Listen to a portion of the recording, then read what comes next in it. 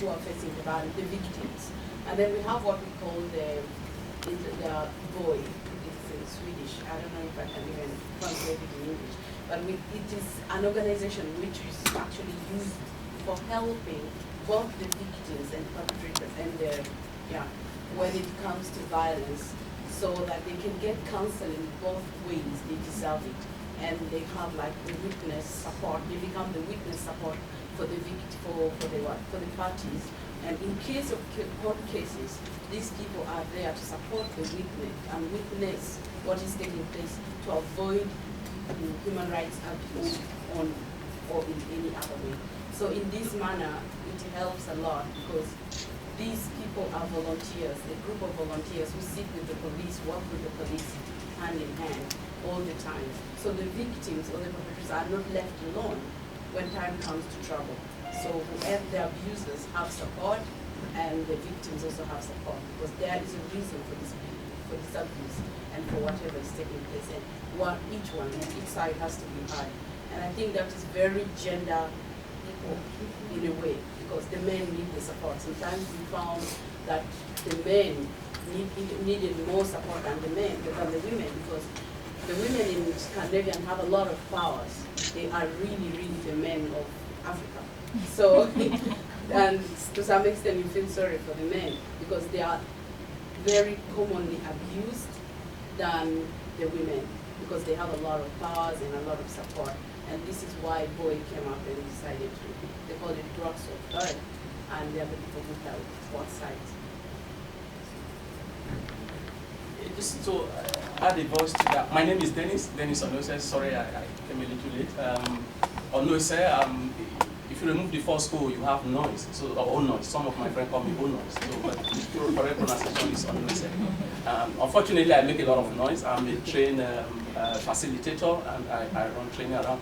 And I started as a child protection specialist, but recently moved on to work more as a masculinity and men gender expert. I work with men in Nigeria, raising the issues of advocating and working with women to realize the issue of gender justice, which is very, very pervasive in Nigeria as a result of very terrible social norms that give men the power to do what they like to women, because that's exactly what it is. I'm happy that when you started defining violence, you raised the issue of psychological violence. That is oftentimes easily ignored. I'm more interested in types of violence than just the definition. I'm sure all of you know what violence is. But if you don't really go through the details of the types, people, once you mention violence, what really comes to people's mind are things like physical violence, sexual violence, but emotional, psychological, and even neglect.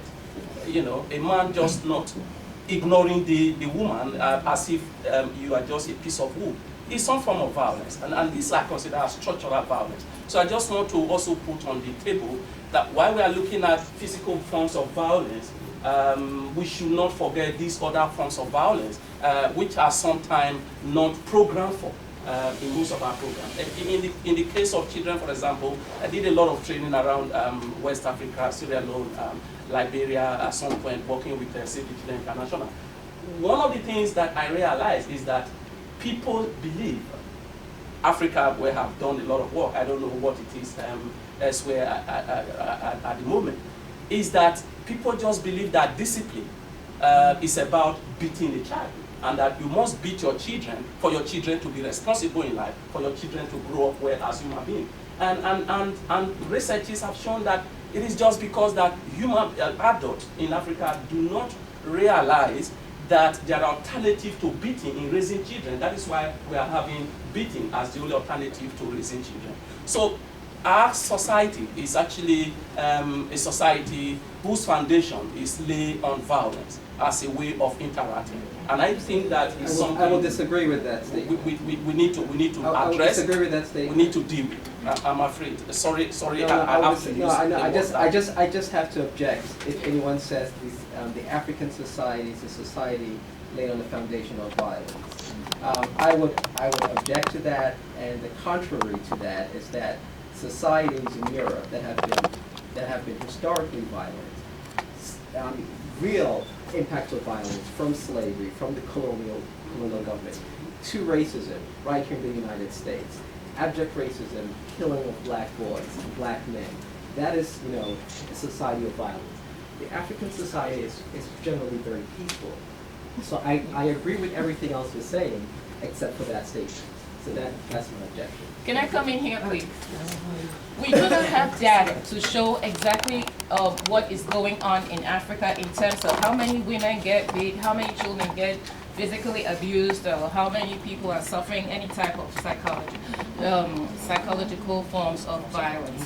So the first steps we would, should consider is to get adequate information on exactly how many people are going through this. So when we get this, we can talk about whether it is or it is not. But from general perception, we know that in Africa, we don't play. You want to step out of line, we beat you into shape.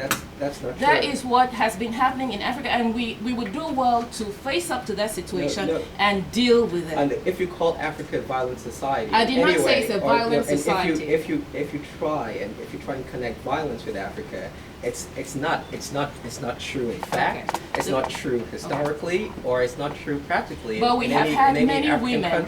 We have had many women maimed by husbands beating on them. We have had stories of women being thrown from second stories and first stories because they have been bought and paid for as bride price. Yeah, I now, understand. Ignoring these things only dip us in a deeper hole. We should face up to these problems, talk about it, have forums where people are encouraged to change their mindset from using violence to try and correct situations. No one disagrees with that. Yes. No one disagrees with it, but that's not an African problem alone. Okay. That's all I'm saying. It's all over. It's a problem of the Middle East. It's the problem here in the United States. Social media has brought it violence out. against women here in the United States. The violence against women was I started with because of data. that, yes. We needed data. Yeah. It's a problem worldwide, not just in Africa. Yeah. Well, it's interesting to see just how much we're on in terms of information that we got and in terms of perspectives, how we differ. But in my opinion, I think it's important for us to be able to delineate a society's historical position in terms of violence from the position of today's world, where when you take a community and community relationships and you translate it into how many thousand images children get to see from when they're small, from CI, from all kinds of other things that really do attack the communities, to be able to put them in a box and bring them out and see exactly what's responsible for all the things that are going on. Over the years, it is impossible for you to find people who rape other people's children accepted within the African community. Everybody knows that. But things are changing. Influences are all over the place. They are there. I mean, every society has its own social, totally crazy people who exist out there. The men need as much help as the women do. And believe me, it's not only in Africa. And the gentleman whose the point he's making just now, it's a really germane point. Because I mean, I've watched a lot of Western movies, and I know exactly the kind of things that go on in the minds of a depraved man when it comes to relating to a woman. I've watched a lot of movies that are not necessarily African, where women are buried under houses, dug up and buried after being abused, and they're not necessarily African. However, there is no doubt in my mind that the African traditional society does have some areas that need reflection, that need looking at. There's no doubt in my mind about that. In terms of talking about violence against women, it's not just about being able to physically abuse a woman like we heard on the table. Sometimes it's just a culture of silence. You're not talking to her, you drive her totally insane. The fact that you're sitting down in a home and you're supposed to be married to somebody who's your friend, and you say, well, you know what, everybody else is beating up on his wife, and you psychologically maim that person to believe that they're doing something that's wrong, it's a problem that is beyond the African society, and it is all over the world that this is happening. Rape, incest, and it's on the increase. India is in a world of its own, and these things are happening every day. And we don't rise up enough to say, sorry, you can't touch me on the street, wherever you are. Sorry, you can't touch me. Don't touch me in the market. It happens all over the world. They go an inch, a step, a feet. The more they touch you, the more they think they can cross the line. And once a woman sits down and accepts it, that's where the problem begins. I'm sorry I'm making this comment at this time because I'm thinking I need to leave soon. And if I don't put my voice on the table amongst all of the voices, then really that wouldn't be good at this forum. Thank you. Thank you so much. So we're also, we have limited time, so I really just want to Keep it manage short. time Yeah. and Regina, I want to quickly say what you have said. We have to come Okay, back to this so that is- we can utilize our time. Okay, this is a fantastic opportunity to make changes in our societies, in African societies, AVAWA. Right. It is a fantastic opportunity. So let us not gloss over what we see are germane problems in there. Let us focus the spotlight on it and discuss ways that we can look into those situations and, you know, bring out the best we can in those situations. Yeah, So- okay, I would like to conclude and then after you do that. First of all, I want us to all, we all have one way or the other, we have families, yeah?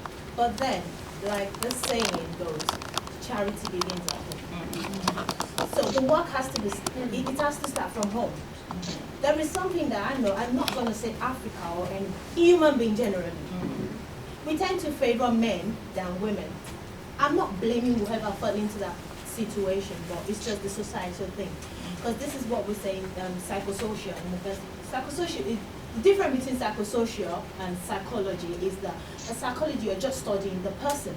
But psychosocial, you're studying the person and the society or the community the person comes from. Because be it or not, take it or leave it, the influence that we have, most of them, we pick them, it's like a sponge, we are like sponge. We pick these things from our community, things around us, and then from there, we start shaping our identity from there. Now, let me give us a very good example, because women, we are talking about women empowerment here and equality here.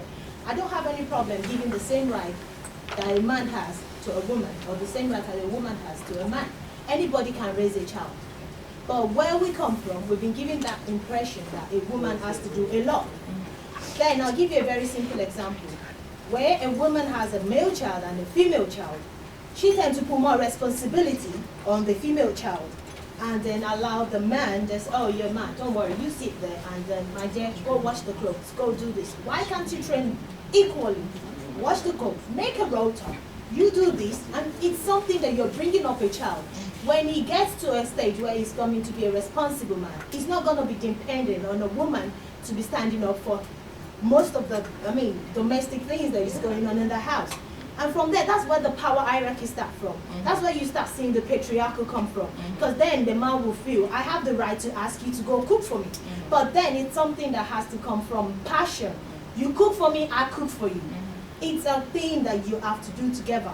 Don't bring up a child and just feel because you're a gender and then you have to do less, because you're a gender, you have to do more. But if we look at it, even now, politically it's affecting us.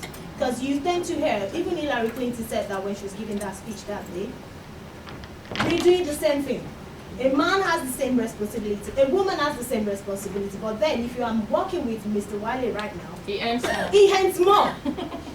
And guess what, he doesn't only earn more, I'm earning less and I'm paying more because I will have to take care of the child care, I have to do the domestic stuff. So where is the power?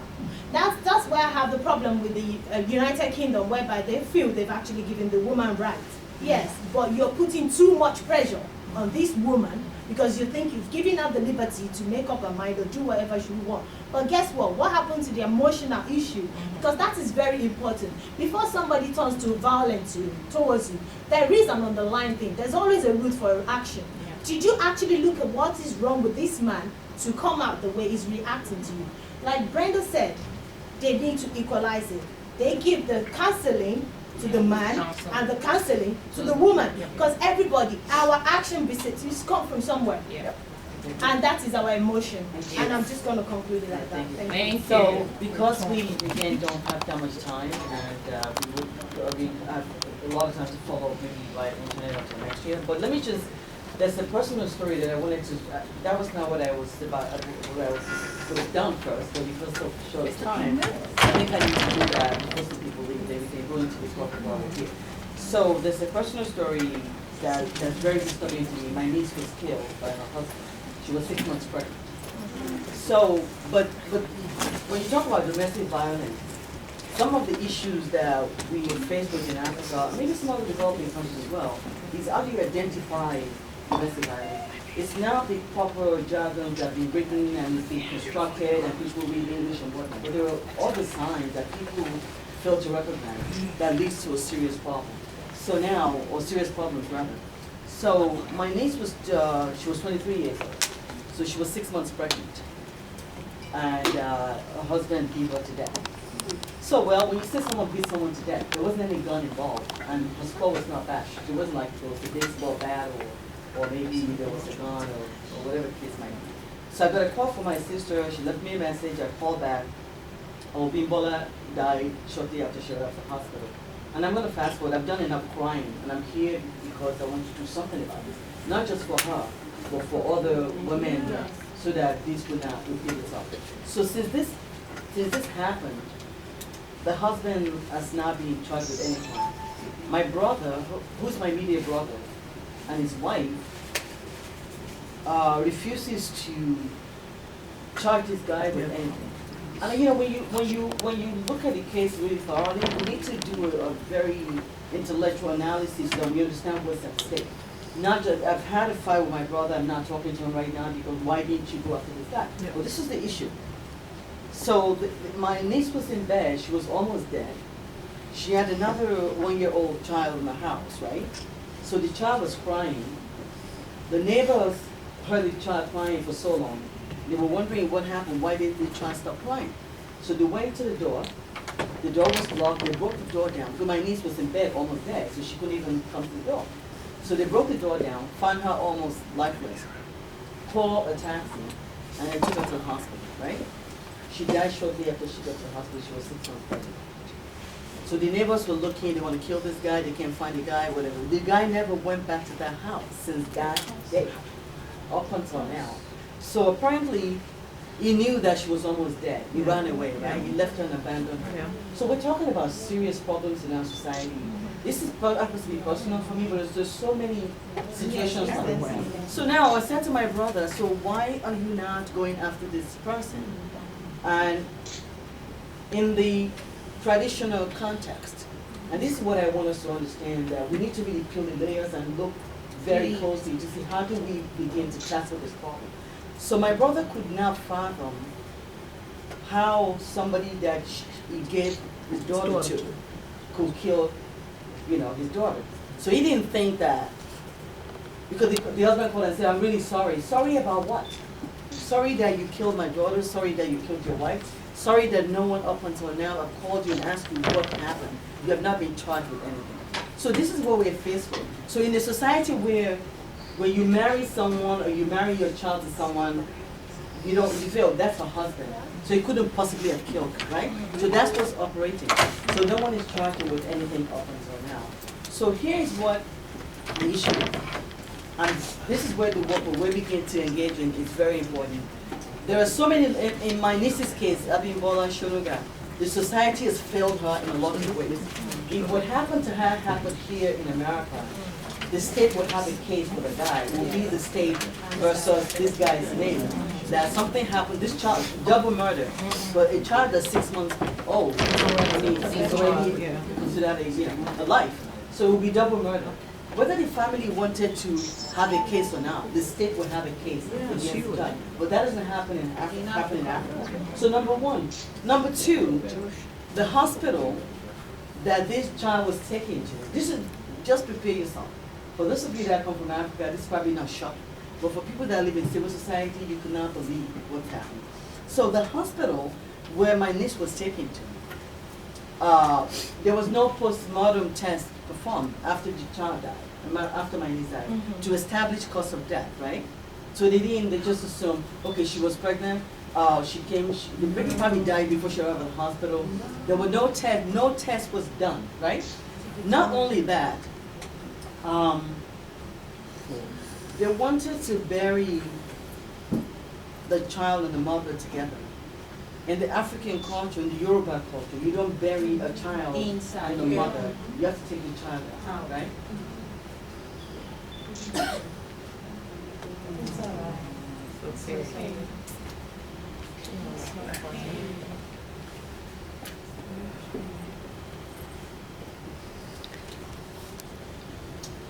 So they didn't do the due diligence to find out this was a battered woman, right? No one did the due diligence to find out what happened. The baby died, so they want to bury her.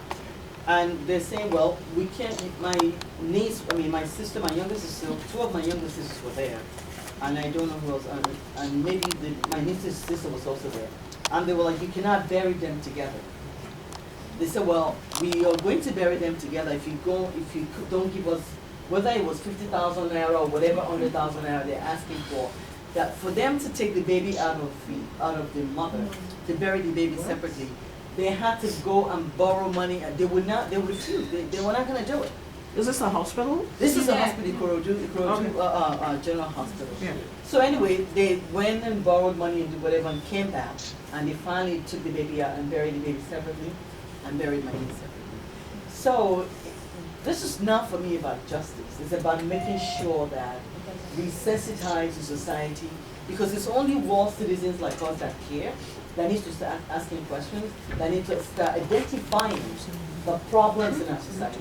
So in this case, so if my brother feels that, well, I can't really charge this guy with anything because he was my daughter's husband, there is something wrong with that thinking already, right? So the thinking of an educator, my brother is not formally educated, so that would affect maybe some of the way he thinks about stuff in the context of the society, that this was her husband.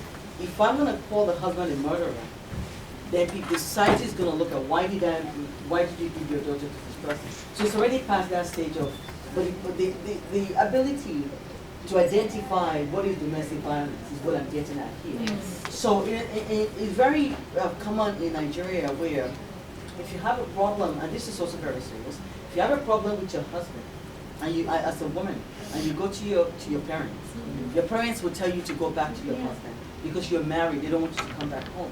So women are faced with issues, they're faced with rejection in every way they turn. So if you can't go home, Where do you go? where do you go? You can't go, there's no shelter. There is nowhere to go to. Even the hospital that's supposed to determine cause of death, they just glossed over everything. And it's not about blaming. They couldn't even figure, let's find out what happened to this girl. Because when you got her to the hospital and the family did not make a case, the hospital didn't feel that they have the responsibility to find out what happened to the girl. In America, the hospital would be the one to call the police when they found out that the child had died. They would, through post-mortem tests, they would have seen that this baby had died as a rupture, the pregnancy rupture, because he was beating her. And her neighbors confirmed that he was beating her the night before, he'd been beating her before that.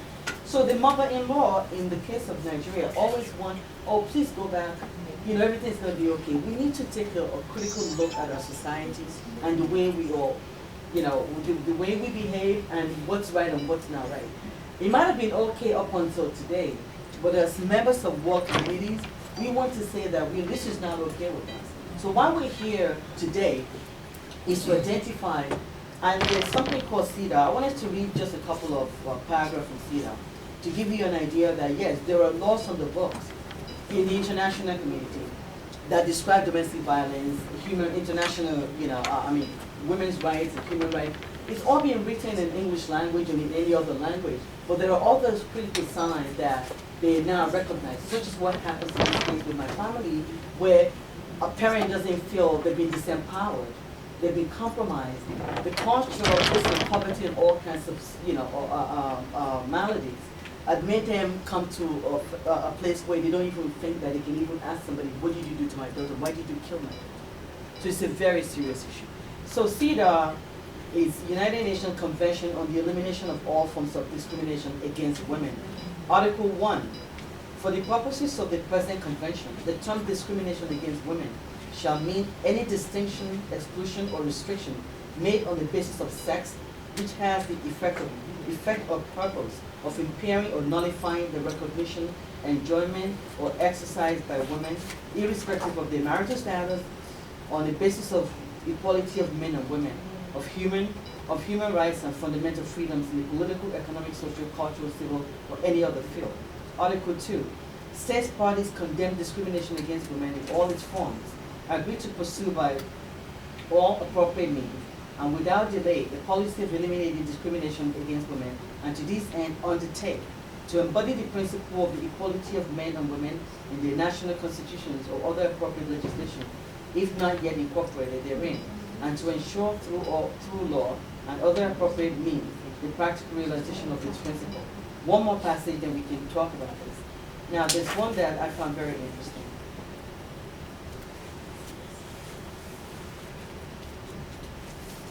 Okay, to modify the social, this is very important. To modify the social, this is Article 5 or CEDAW. To modify the social and cultural patterns of conduct of men and women with a view to achieving the elimination of prejudices and customary and all other practices which are based on the idea of the inferiority or the superiority of either of the sexes or on stereotypes, roles of women and men. So, explains exactly what I was saying earlier. right. So after all of these, people that are well-read or not well-read, you can read this, we can dissect it. But the important thing is why AVAWA is very important in the context of Africa or whatever other society developing countries that we want to talk about, is that in places where they understand CEDAW and all this legislation that exists all over the world that talks about, combating violence against women or stopping violence against women, in some of these places, the society is not even educated about, you have to break this down, deconstruct this to understand so that they know what it means. So that when someone commits a crime, they can identify that it is a crime, right? Because a lot of people wouldn't know, well, someone kills somebody that's, they beat them and they're pregnant, they're dead, well, whatever. So they wouldn't be able to identify it. Secondly, in a lot of places, and you can take Nigeria for example, there is no mechanics in place. And some apparatus that's necessary to process, to implement all these laws. They're not in place. And they're in place, if they are in place, they're not implemented. Because if they are in place and they're implemented, when a woman was taken to the hospital and she was 6 months pregnant, right there is suspicious. You saw bruises.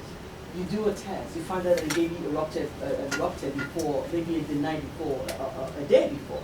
So if all the mechanics to implement this law are in place and they're functioning well, then justice would have been brought to bear, and that's not the case.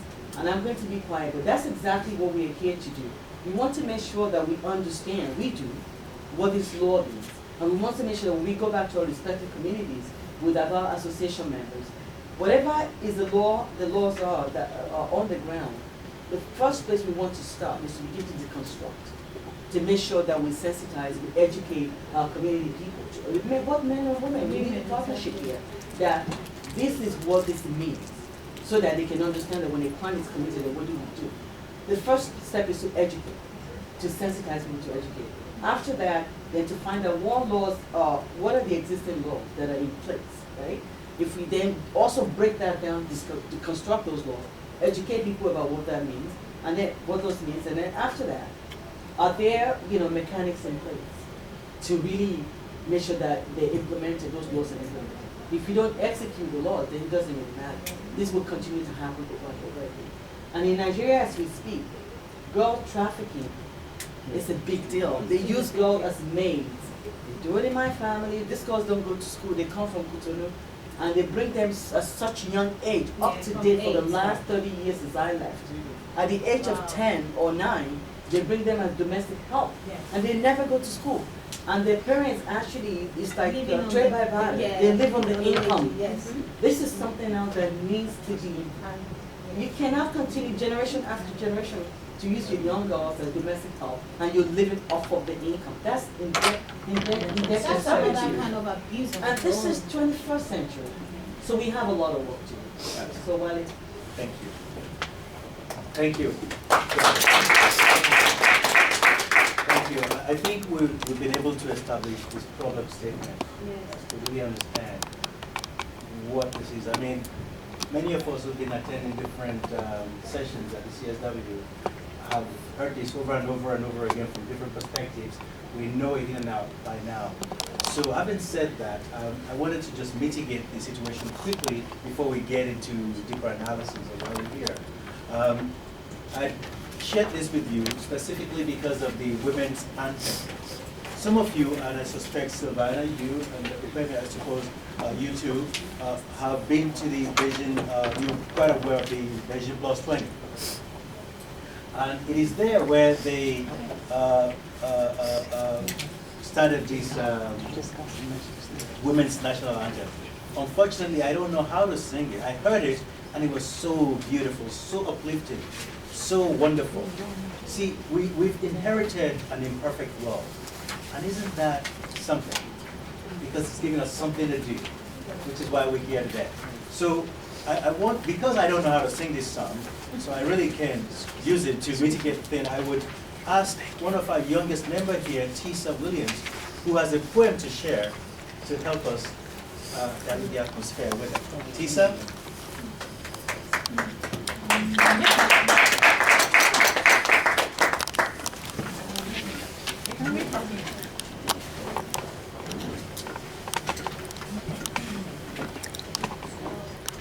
My name is Tisa Williams, and I will be reading a poem called I Know Why the Caged Bird Sings, but somewhat in my version.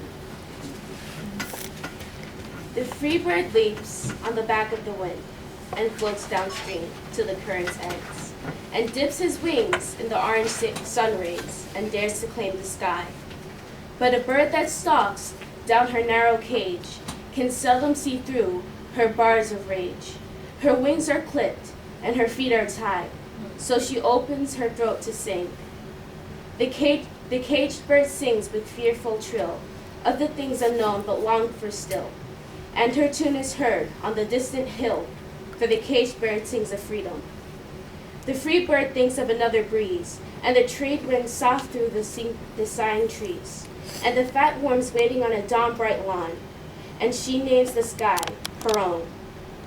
But a caged bird stands on the grave of dreams. Her shadow shouts and a nightmare scream. Her wings are clipped and her feet are tied, so she opens her throat to sing. The caged bird sings with a fearful trill of things unknown but longed for still, and her tune is heard on the distant hill, for the caged bird sings of freedom.